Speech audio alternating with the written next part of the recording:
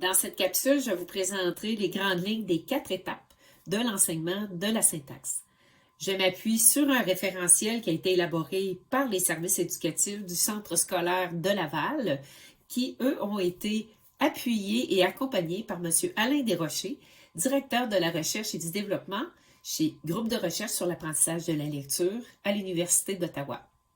Le référentiel utilisé pour cette capsule s'appuie sur le programme de formation et sur le modèle de réponse à l'intervention.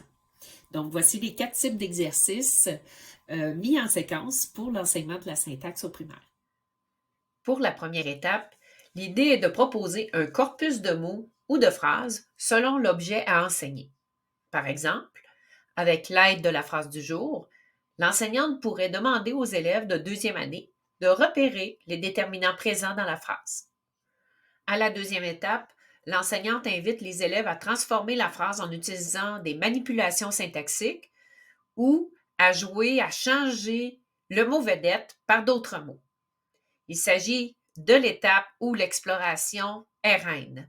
Bien sûr, les élèves doivent verbaliser leur choix de mots et leur justification.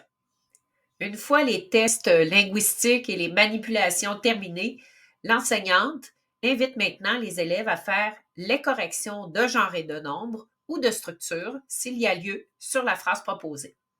Il est important de faire verbaliser par les élèves les raisons de ces corrections et l'enseignante recadre au besoin. Enfin, avant de mettre les élèves à la tâche, l'enseignante verbalise d'abord tout le raisonnement fait depuis le début de la leçon. Une fois ceci complété, l'enseignante demande aux élèves d'écrire une phrase ou un texte en incluant la classe de mots en vedette et leur demande d'appliquer les règles syntaxiques enseignées.